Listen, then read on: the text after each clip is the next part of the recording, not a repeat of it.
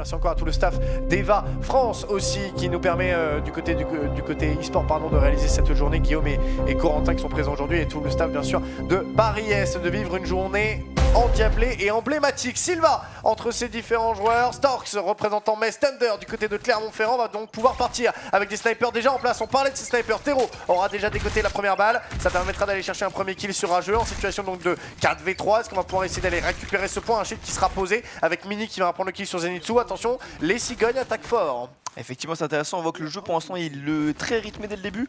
Une cap est déjà présente, un kill a été fait, ça a été vite enclenché. Et des deux côtés, ça part. Effectivement, Tero sur les hauteurs. Du coup, on voit un sniper avec une MX, un snipe qui se fait de plus en plus récent en ce moment sur la Sylva. Et 2-0, à voir comment le jeu a proposé la suite. Avec quelques grenades qui sont envoyées, Tero arrive à s'en sortir. Non, malheureusement, on a été un peu trop long. On meurt malheureusement du TP et là, ça va provoquer forcément une retake parce qu'on va lancer bien sûr les hostilités sur le pont. On va essayer de dissimuler. On a repris la hauteur pour Jag. Malheureusement, on se fait alpaguer par Je te mange avec un Jag tout de même qui arrivera à faire tomber Rageux. Donc ça permettra de défendre le point. Sauf que oui, tant qu'on n'aura pas fait tomber Je te mange, eh bien le point pourrait être récupéré avec un Zenitsu en plus en belle coordination qui push sur le côté top gauche et un Tero normalement qui n'a pas les informations. Zenitsu qui pourra aller chercher potentiellement un ou deux frags avec un Ara qui malheureusement sera en situation de 1v3 avec un Jag qui aurait été en respawn décalé. On va essayer tout de suite d'être dans un jeu très dynamique, mais arrêter et couper l'herbe sous le pied du côté des joueurs Thunder. On remet la barre un peu plus haut avec un back qui est proposé, un Zenitsu qui a failli s'en tirer. C'était pas trop mal essayé ça. Ouh, effectivement, on voit du côté pour l'instant Thunder, un avantage sur le point, un avantage sur la carte des deux côtés. On a du mal à trouver la solution du côté Storks. C'est là que ça devient très intéressant sur le fait de enfin arriver à calmer le jeu, s'attendre, proposer des grenades. On a peut-être l'info effectivement de notre côté au niveau du top droit, c'est clean. Le top gauche, je sais pas si c'était vu que c'était descendu. On a Kurohashi, je crois. Donc c'est Zenitsu qui a descendu pour faire un back. Très gourmand, ça a payé sur un kill, un point a été proposé. Maintenant derrière ça a été compliqué. On voit que le jeu se calme, les joueurs se préparent à mettre leur nez. Maintenant on va voir comment ça va sortir derrière. Zenitsu, la première balle sur Tero pour venir une fois de plus appuyer encore sur cet avantage numérique. 30% pour Thunder, rien n'est fait sur la Sylva, on le sait. Mais attention à ne pas subir des respawns décalés, ce serait le pire. On aura tenté une première balle de scope. Zenitsu, encore au niveau de ce côté tall avec, vous le voyez, des lignes qui sont ardemment bien tenues. Rageux encore au niveau de cet objectif. Jacques qui voudra peut-être monter au niveau de ce top droit. On attend le go de ses teammates pour lancer une hostilité. Tero sur le côté droit avec malheureusement, et oui, un Warden très solide, de plus en plus présent également, qui met beaucoup de dégâts en très peu de temps, ce qui donne un avantage numérique. On est remonté sur la hauteur. Zenitsu ne prendra pas de dégâts. On a simplement été repéré. La décale de Rageux là-dessus lui permettra d'aller reprendre un kill sur Arras, qui donne un avantage numérique de 4 pour 2. Et excellent, effectivement, on voit la position de Rageux qui est très intéressante sur le point, qui n'est pas souvent joué des fois sur des débuts de carte, mais qui peut punir, parce que depuis tout à l'heure, justement, ça joue autour de lui. Il n'a pas besoin de se montrer. Effectivement, on l'a vu, les joueurs l'ont un petit peu oublié. Sauf que le joueur est toujours présent. Rageux est prêt à punir. Il a piqué derrière le point, justement, il a pu récupérer un kill. Donc on a du coup Zenitsu également. On est du coup pour l'instant en 3 contre 4 du côté justement des Storks. Un kill est encore fait des deux côtés. On va voir effectivement si ça déclenche maintenant derrière. Mais c'est compliqué, on trouve pas la solution, on n'arrive pas à s'attendre et c'est très compliqué.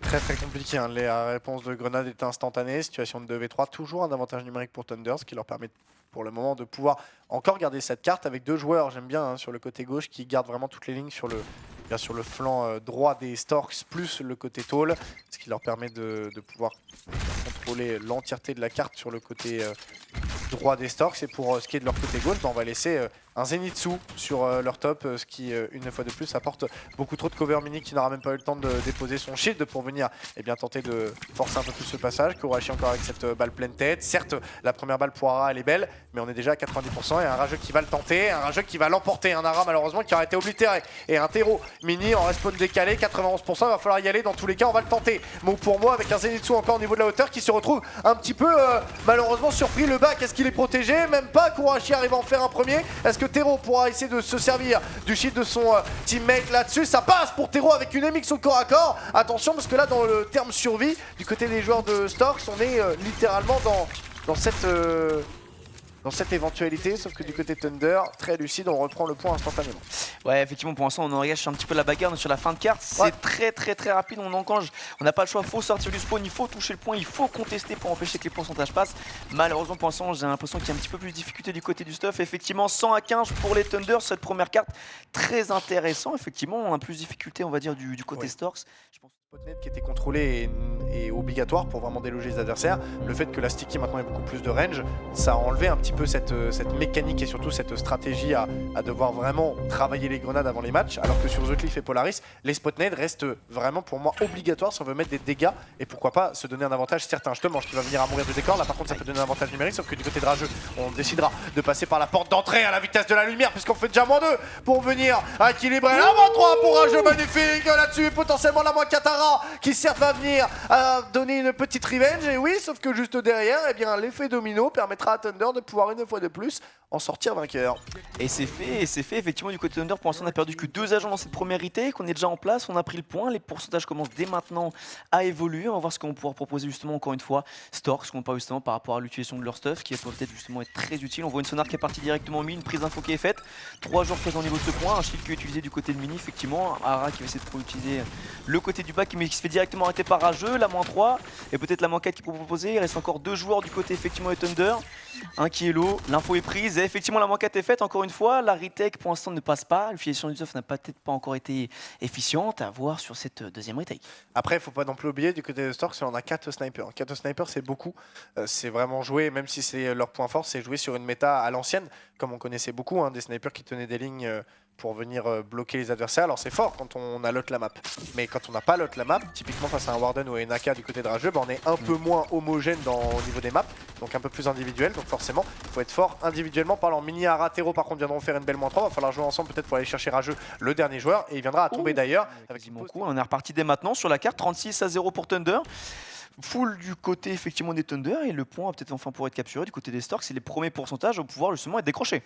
Ouais non, les premiers pourcentages vont pouvoir être décrochés, c'est pas plus mal, on arrive à respirer un tantinet, maintenant il va falloir se mettre en place parce qu'on l'a bien vu du côté Thunder, c'est des retakes qui sont très agressives, qui permettent généralement de pouvoir couper le souffle aux adversaires sans leur laisser le temps de respirer. Avec une grenade d'ailleurs envoyée de la part de Zenitsu qui va faire tomber Tero. On aura laissé un je te mange one shot, sauf que vu qu'on n'aura pas le terminé, malheureusement on sera en situation de 4v3 et là ça peut faire mal. Et en parlant d'agressivité justement, eh bien c'est le terme. On arrivera à prendre une -3, -4 et cela en très peu de temps, ce qui permettra à Thunder de pouvoir reprendre le contrôle du point. Et c'est là qu'on voit le travail qui est très intéressant parce qu'effectivement du côté de Thunder, on a eu cette retake à 3 du côté Sharp.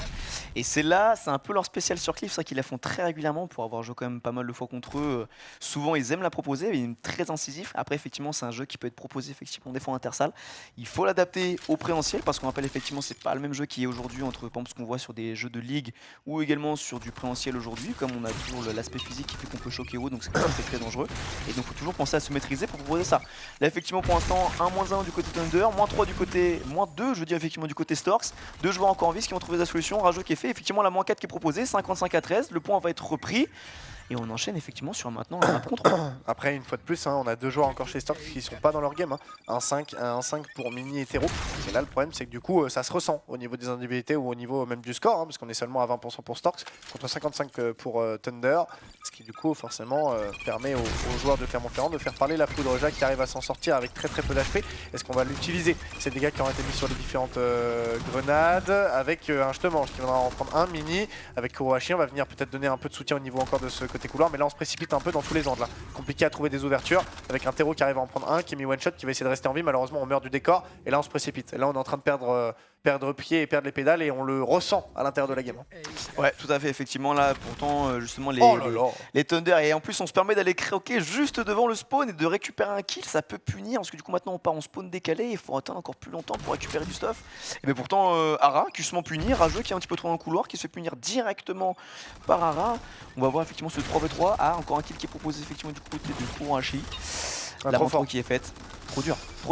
Trop dur, on n'est pas en place avec un Tero qui a récupéré encore au niveau du labo, un Jag qui veut essayer d'aller faire la différence et ouais malheureusement malgré sa MP on est encore mort dans le décor et là ça montre vraiment une trop grande précipitation et pas du tout une coordination du côté des Storks avec une équipe Thunder qui s'en donne à cœur joie et qui viendra rechercher encore 80%, mettant déjà à mal les Cigognes, les empêchant de pouvoir effectuer toute possibilité sur la carte avec on le voit un Tero qui veut ressortir encore au niveau du labo et toujours au niveau du bunker qui doivent avoir un bon timing. Tero arrivera à en prendre un, essayer de jouer avec le shield adverse, on va récupérer le joueur au niveau de ce couloir, sauf qu'il y a un TK encore qui a été fait chez les Storks et là c'est rédhibitoire, ce sera un 2-0.